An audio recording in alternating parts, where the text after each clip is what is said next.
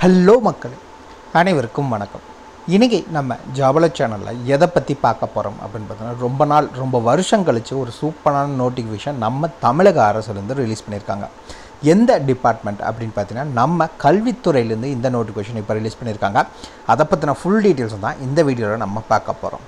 ஸ்கிப்பை நம்ம ஃபுல்லாக பாருங்கள், அப்போ தான் முழுமையான தகவலை உங்களால் தெரிஞ்சுக்க முடியும். குவாலிஃபிகேஷன்ஸை பொறுத்த வரைக்கும் மினிமம் நீங்கள் 8th 10th ஐடிஐ அதே மாதிரி எனி கிராஜுவேட் வரைக்கும் படிச்சிருக்கோங்க. இந்த ரோலுக்கு நீங்கள் தாராளமாக அப்ளை பண்ணிக்கலாம். முழுக்க பர்மனன்ட் கவர்மெண்ட் ஜாப் தான் இது. டெம்பரவரியோ கான்ட்ராக்ட் பேஸ்லாம் கிடையாது. அதே மாதிரி பார்த்திங்கன்னா மொத்தம் ஒரு 12 விதமான பதவிகள், 12 டைப்ஸ் ஆஃப் ஜாப்ஸ் இருக்கிறதா அஃபிஷியல் அனௌன்ஸ்மெண்ட் கொடுத்துருக்காங்க. இன்னொரு முக்கியமான விஷயம், பர்மனன்ட் கவர்மெண்ட் ஜாபாக இருந்தாலும் நீங்கள் எந்த ஒரு ஃபீஸும் பே பண்ண தேவை கிடையாது. எக்ஸாமினேஷன் கிடையாது. ஷார்ட்லிஸ்ட் ஆன கேண்டிடேட்ஸ்க்கு இன்டர்வியூ கால்ஃபர் பண்ணுவாங்க. இன்டர்வியூக்கு போய் நீங்கள் ஷார்ட்லிஸ்ட் ஆகிட்டிங்க அப்படின்னா டாக்குமெண்ட் வெரிஃபிகேஷன் பண்ணுவாங்க. இந்த 2 ப்ராசஸும் முடிஞ்சிருச்சு அப்படின்னா உங்களுக்கான வேலை வாய்ப்பை வழங்கிடுவாங்க. அது பர்மனன்ட் கவர்மெண்ட் ஜாப் நம்ம தமிழக அரசு கீழே, அதுவும் கல்வித்துறையில். ஊதியம் அப்படின்னு பார்த்தீங்கன்னா அதிகபட்சமாக உங்களுக்கு 58,500 வரைக்கும் உங்களுக்கான மாத சம்பளம் கிடைக்கும். இந்த வேலைவாய்ப்புக்கு பார்த்தீங்கன்னா அப்ளிகேஷன் ஃபார்ம் அப்படிங்கிறது நீங்கள் ஆன்லைனில் தான் நீங்கள் அப்ளை பண்ணி, ஆன்லைனில் எல்லா டீட்டெயில்ஸ் என்ட்ரு பண்ணி நீங்கள் அப்ளிகேஷன் ஃபார்மை டவுன்லோட் பண்ணிக்கணும். அது கூட எல்லா டாக்குமெண்ட்ஸும் வச்சு நீங்கள் தபால் மூலியமாவோ இல்லை கொண்டு போய் நீங்கள் கொடுக்குற மாதிரி தான் இருக்கும். இந்த நோட்டிஃபிகேஷனை பொறுத்தளவுக்கு லாஸ்ட் டேட் அப்படின்னு பார்த்தீங்கன்னா 23 மார்ச் 2025 வரைக்கும் டைம் கொடுத்துருக்காங்க. ஆல்மோஸ்ட் ஒரு மாதம் முழுசாக டைம் இருக்குது. ஸோ அப்ளை பண்ணுங்கள், மிஸ் பண்ணிடாதீங்க. ஒரு சூப்பரான சான்ஸு. இந்த வேலைவாய்ப்பை பொறுத்த வரைக்கும் ஆல் ஓவர் தமிழ்நாடு ஃபுல்லாக எந்த டிஸ்ட்ரிக்ட் கேண்டிடேட்ஸாக இருந்தாலும் சரி இந்த ரோலுக்கு நீங்கள் அப்ளை பண்ணுறக்கு எலிஜிபிள். ஸோ இந்தந்த மாவட்டங்கிற எந்த ரெஸ்ட்ரிக்ஷன்ஸும் கிடையாது. ஸோ அப்ளை பண்ணுங்கள், மிஸ் பண்ணிடாதீங்க. ஒரு சூப்பரான சான்ஸ். இப்போ விட்டால் நாளைக்கு என்ன கிடைக்கும்னு தெரியாது. இதுக்கு யாரெல்லாம் விண்ணப்பிக்கலாம், எப்படி விண்ணப்பிக்கலான்னு போன்ற முழு தகவலை தெரிஞ்சுக்கிறதுக்கு முன்னாடி இன்னும் நம்ம ஜாபல சேனலை சப்ஸ்கிரைப் பண்ணாதவங்க மறக்காமல் சப்ஸ்கிரைப் பண்ணுங்கள். இந்த வீடியோவுக்கு மறக்காமல் ஒரு லைக் கொடுங்க. நீங்கள் கொடுக்குற ஒவ்வொரு லைக்கும் எங்களுக்கு அடுத்த வீடியோ போட ரொம்பவே மோட்டிவேட்டாக இருக்கும். வீடியோ டிஸ்கிரிப்ஷனில் நம்ம டெலிகிராம் குரூப் மற்றும் வாட்ஸ்அப் குரூப்போட லிங்க் இருக்குது. இன்னும் ஜாயின் பண்ணாதவங்க கட்டாயம் ஜாயின் பண்ணிக்கோங்க. அப்போ தான் உங்கள் மாவட்டங்களில் வர அனைத்து வேலை வாய்ப்புகளையும் உடனுக்குடன் உங்களால் தெரிஞ்சுக்க முடியும். அதே வீடியோ டிஸ்கிரிப்ஷன் மற்றும் கமெண்ட்டில் இந்த வேலை வாய்ப்புக்கான அஃபிஷியல் நோட்டிஃபிகேஷன் லிங்க்கும் ப்ரொவைட் பண்ணியிருக்கோம். உள்ளே போங்க, கிளியராக படிங்க, அப்புறமா அப்ளை பண்ணுங்கள். என்றைக்குமே அஃபிஷியல் நோட்டிஃபிகேஷனை படித்து பார்க்காம அப்ளை பண்ணாதீங்க. வாங்க உள்ளே போய் முழுமையான தகவல் என்ன அப்படிங்கிறத பார்க்கலாம். ஃப்ரெண்ட்ஸ், பார்த்தீங்கன்னா இதுதான் ஆன்லைனில் நீங்கள் அப்ளை பண்ண வேண்டிய அப்ளிகேஷன் ஃபார்ம். ஆன்லைனில் மட்டும் நீங்கள் அப்ளை பண்ணுற போகிறது கிடையாது. இதில் என்ன அப்படின்னு பார்த்தீங்கன்னா, ஆன்லைனில் நீங்கள் டீட்டெயில்ஸ் எல்லாமே என்ட்ரு பண்ணுவீங்க. எல்லா டீட்டெயில்ஸும் என்ட்ரு பண்ணி கீழே ரிஜிஸ்டர்னு கொடுத்துட்டிங்கன்னா உங்களுக்கான அஃபிஷியல் அப்ளிகேஷன் ஃபார்ம் ஜென்ரேட் ஆகும். அதை கிளிக் பண்ணி டவுன்லோட் பண்ணிக்கோங்க. அந்த அப்ளிகேஷன் ஃபார்ம் கூட உங்களோட education certificate, experience proof, address proof, ID proof, date of birth proof, community certificate என்னென்ன இருக்கோ எல்லாத்தையும் வச்சு நீங்கள் தபால் மூலிமா அனுப்பணும். சரிங்களா? இதுதான் ப்ராசஸ். நீங்கள் ஆன்லைனில் அப்ளை பண்ண போகிறதில்ல, ஆன்லைனில் உங்களுக்கான அப்ளிகேஷன் ஃபார்மை ஜென்ரேட் பண்ண போகிறீங்க. சரி, ஃபஸ்ட் எடுத்தோன்னே என்னென்ன டீட்டெயில்ஸ் எல்லாம் அப்படின்னு பார்த்தீங்கன்னா, ஃபஸ்ட் எடுத்தோன்னே மேலே இந்த இடத்துல பார்த்தீங்கன்னா அப்லோட் ஃபோட்டோ அப்படின்னு இருக்குது. அதை இங்கே சூஸ் ஃபைல் அப்படிங்கிறத கிளிக் பண்ணிங்க அப்படின்னா உங்களுடைய ஃபோட்டோவை கிளிக் பண்ணி இந்த இடத்துல ஆட் பண்ணிக்கோங்க. இந்த இடத்துல விண்ணப்பதாரர் எண், அப்ளிகண்ட் ஐடி அது ஜென்ரேட் ஆகாது. அந்த இடத்துல நீங்கள் எதுவுமே கொடுக்க தேவையில்லை. அது ஆட்டோமேட்டிக்காக உங்களோட அப்ளிகேஷன் ஃபார்ம் வந்து ஜென்ரேட் ஆனோன்னா ஆட்டோமேட்டிக்காக அது வந்துடும்.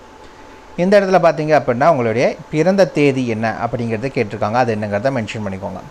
அந்த விண்ணப்பதாரர் பெயர், உங்களுக்கான ஏஜ் என்ன அப்படிங்கிறது. இங்கே பிறந்த தேதி நீங்கள் கொடுத்துட்டீங்க அப்படின்னா வயதில் நீங்கள் எதுவும் மென்ஷன் பண்ண தேவையில்லை, ஆட்டோமேட்டிக்காக அதே ஜென்ரேட் ஆகிக்கும். அதே மாதிரி அதுக்கு அடுத்தது பார்த்தீங்கன்னா நீங்கள் என்ன போஸ்ட்டுக்கு விண்ணப்பிக்கும் பதவியின் பெயர் என்ன. இந்த இடத்துல பார்த்தீங்கன்னா கொடுத்துருப்பாங்க store keeper, junior assistant, typist, record clerk, office assistant போன்ற வேலை வாய்ப்புகள். இது பார்த்தீங்கன்னா நான் டெக்னிக்கல். இது இல்லாமல் டெக்னிக்கல் சைடுக்கும் வேலை வாய்ப்பு கொடுத்துருக்காங்க. அதுக்கு தனியாக ஆன்லைனில் நீங்கள் அப்ளை பண்ணணும். இது பார்த்தீங்கன்னா நான் டெக்னிக்கல். அதுக்கான லிங்க்கும் பார்த்தீங்கன்னா வீடியோ டிஸ்கிரிப்ஷனில் நம்ம சைட் லிங்க் இருக்குது. உள்ளே போனீங்கன்னா டெக்னிக்கல் அண்ட் நான் டெக்னிக்கலுக்கு தனித்தனியாக லிங்க் கொடுத்துருக்கோம். நீங்கள் டெக்னிக்கலுக்கு அப்ளை பண்ணுறீங்கன்னா டெக்னிக்கல் லிங்க்கை கிளிக் பண்ணணும். இல்லை நான் டெக்னிக்கல்னால் நான் டெக்னிக்கல் தான் கிளிக் பண்ணிக்கணும். அண்ட் தென் உங்களுடைய பாலினம் என்ன அப்படிங்கிறத நீங்கள் மென்ஷன் பண்ணிக்கோங்க. ஆண் இல்லை பெண் என்ன அப்படிங்கிறத நீங்கள் கிளிக் பண்ணிக்கோங்க.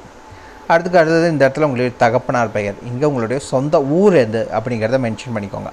இந்த இடத்துல உங்களுடைய நிரந்தர முகவரி, நீங்கள் இப்போ இருக்க அட்ரஸ் என்னென்னா டோர் நம்பர்லேருந்து door number, street name, area name, district, taluk, pincode எல்லா டீட்டெயில்ஸும் கிளியராக மென்ஷன் பண்ணணும். இந்த இடத்துல என்ன அப்படின்னு பார்த்தீங்கன்னா இனம், எந்த இனத்தை சார்ந்தவங்க நீங்கள், பிசியா, பிசிஎம்மா, எம்பிசியா, எஸ்சி, எஸ்சி, எஸ்டி, அதே மாதிரி டிஎன்சி, ஓசி, இதில் நீங்கள் எந்த கேட்டகரியோ அது என்ன அப்படிங்கிறத மென்ஷன் பண்ணிக்கோங்க. அண்ட் தென் இந்த இடத்துல பார்த்தீங்கன்னா உங்களுடைய மொபைல் நம்பர் என்ன அப்படின்னு கேட்டிருக்காங்க. உங்களோட மொபைல் நம்பர் கொடுத்துக்கோங்க. இங்கே உங்களுடைய ஆதார் கார்டில் இருக்க அந்த 12 இலக்கு என்ன, அது என்ன அப்படிங்கிறத இங்கே கொடுத்துக்கோங்க. அண்ட் தென் பார்த்தீங்கன்னா கல்வி தகுதி லைனாக ஒவ்வொன்றா இந்த இடத்துல 1 அப்படின்னு போட்டுக்கோங்க. படிப்பு விவரம் என்ன படிச்சிருக்கீங்க, எங்கே, எப்போ வந்து தேர்ச்சி பெற்றீங்க, பெற்ற மதிப்பெண், அது பர்சன்டேஜ் ஆஃப் மார்க்ஸ் என்ன. இப்போ எக்ஸாம்பிள் நான் 10வது படிச்சிருக்கேன் அப்படின்னா 10வதுக்கான டீட்டெயில்ஸ், 8வதுனா 8வதுக்கான டீட்டெயில்ஸ், ஐடிஐனா ஐடிஐக்கான டீட்டெயில்ஸ், இதில் என்னென்னவோ அது என்ன அப்படிங்கிறத மென்ஷன் பண்ணிக்கோங்க. இந்த இடத்துல பார்த்தீங்கன்னா டைப் ரைட்டிங், ஏன்னா டைப் ரைட்டிங் வேலை வாய்ப்பு இருக்குது, அதனால் டைப் ரைட்டிங்கான டீட்டெயில்ஸ், இது வந்து லோவரா, நீங்கள் ஹையரா, இங்கிலீஷா, தமிழா, எதில் முடிச்சிங்க அப்படிங்கிற டீட்டெயில்ஸ் இதில் மென்ஷன் பண்ணிக்கோங்க. பணி முன் அனுபவம், ஏதாவது உங்களுக்கு முன் அனுபவம் இருந்துச்சு அப்படின்னா இதில் லைனாக 1 வகித்த பதவியின் பெயர் என்ன, என்ன டெசிக்னேஷனில் நீங்கள் வேலை செஞ்சீங்க, எங்கே வேலை செஞ்சீங்க, சேலரி எவ்வளோ, எப்போ இருந்து எப்போ வரைக்கும், எத்தனை ஆண்டு எத்தனை மாதங்கள் நீங்கள் வேலை செஞ்சீங்க அப்படிங்கிற டீட்டெயில்ஸை மென்ஷன் பண்ணிக்கோங்க. அதுக்கடுத்து பார்த்திங்கன்னா இது இல்லாமல் எக்ஸ்ட்ரா கரிக்குலர் வேறு ஏதாவது வந்துச்சுன்னா அதுக்கான டீட்டெயில்ஸு கீழே இடம், நாள், கையொப்பம், பெயர் இது எல்லாத்தையுமே மென்ஷன் பண்ணிவிட்டு ரிஜிஸ்டர் அப்படின்னு கீழே இந்த இடத்துல பார்த்தீங்கன்னா attested copies of education qualifications அப்படின்னு கொடுத்துருக்காங்க. ஸோ அதை நீங்கள் பிடிஎஃபாக நீங்கள் ஸ்கேன் பண்ணி வச்சுட்டு அதில் அப்லோட் பண்ணிக்கணும்.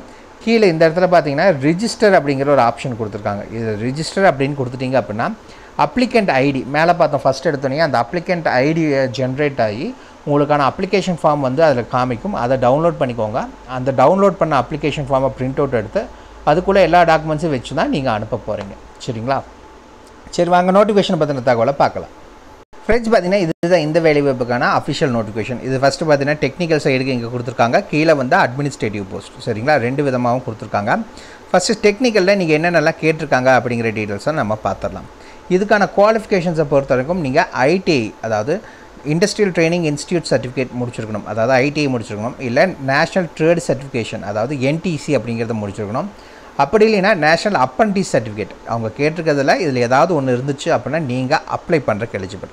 அதே மாதிரி instrument mechanical, skill assistant, lab assistant இந்த வேலைவாய்ப்புகளுக்கான சேலரி அப்படின்னு பார்த்தீங்கன்னா 19,500 ப்ளஸ் அதர் அலவன்ஸ் கவர்மெண்ட்டில் கொடுத்துருக்க எல்லா இதுவும் இந்த நார்ம்ஸ்க்கும் வரும். சரி, எந்தெந்த டிபார்ட்மெண்ட்டில் என்ன போஸ்ட்டுக்காக ஆட்களை எடுக்கிறாங்க அப்படிங்கிறத நான் பார்த்துடலாம். ஃபஸ்ட்டு பார்த்தீங்கன்னா எலக்ட்ரிக்கல் அண்ட் எலக்ட்ரானிக்ஸ் இன்ஜினியரிங் டிபார்ட்மெண்ட்டில் இன்ஸ்ட்ருமெண்ட் மெக்கானிக்காக ஆட்கள் எடுக்கிறாங்க.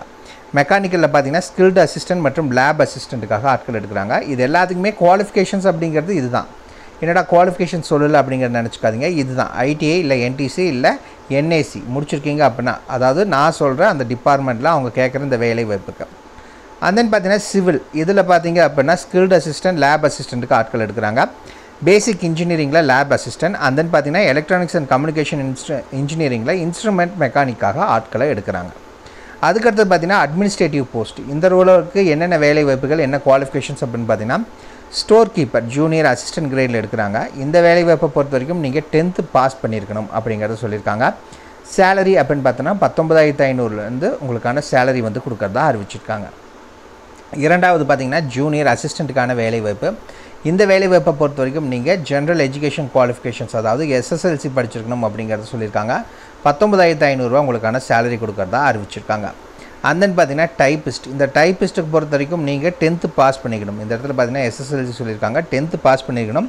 பாஸ் பண்ணி முடிச்சுட்டு நீங்கள் higher senior great Tamil and English முடிச்சிருக்கணும். அப்படி இல்லை அப்படின்னா தமிழ் வந்து ஹையரில் முடிச்சுட்டு லோயரில் பார்த்தீங்கன்னா இங்கிலீஷ் முடிச்சிருக்கலாம், இல்லை ஹையரில் இங்கிலீஷ் அண்ட் லோயரில் தமிழ் இந்த மாதிரி ஏதாவது ஒன்று முடிச்சிருக்கீங்க அப்படின்னா நீங்கள் அப்ளை பண்ணிக்கலாம். இது இல்லாமல் பார்த்தீங்கன்னா கம்ப்யூட்டர் குவாலிஃபிகேஷன்ஸ், இதுக்கு பார்த்தீங்கன்னா கம்ப்யூட்டர் ஆன் ஆஃபீஸ் ஆட்டோமேஷனுக்கு நீங்கள் சர்டிஃபிகேட் கோர்ஸ் முடிச்சிருக்கணும் அப்படிங்கிறத சொல்லியிருக்காங்க டைப்பிஸ்ட் வேலைக்கு. இந்த ரோலை பொறுத்த வரைக்கும் உங்களுக்கான சேலரி அப்படின்னா 19,500 உங்களுக்கு கொடுக்குறதா சொல்லியிருக்காங்க. அண்ட் தென் பார்த்தீங்கன்னா ரெக்கார்ட் கிளர்க்குக்கான வேலை வாய்ப்பு இந்த இடத்துல உங்களுக்கு மென்ஷன் பண்ணியிருக்காங்க.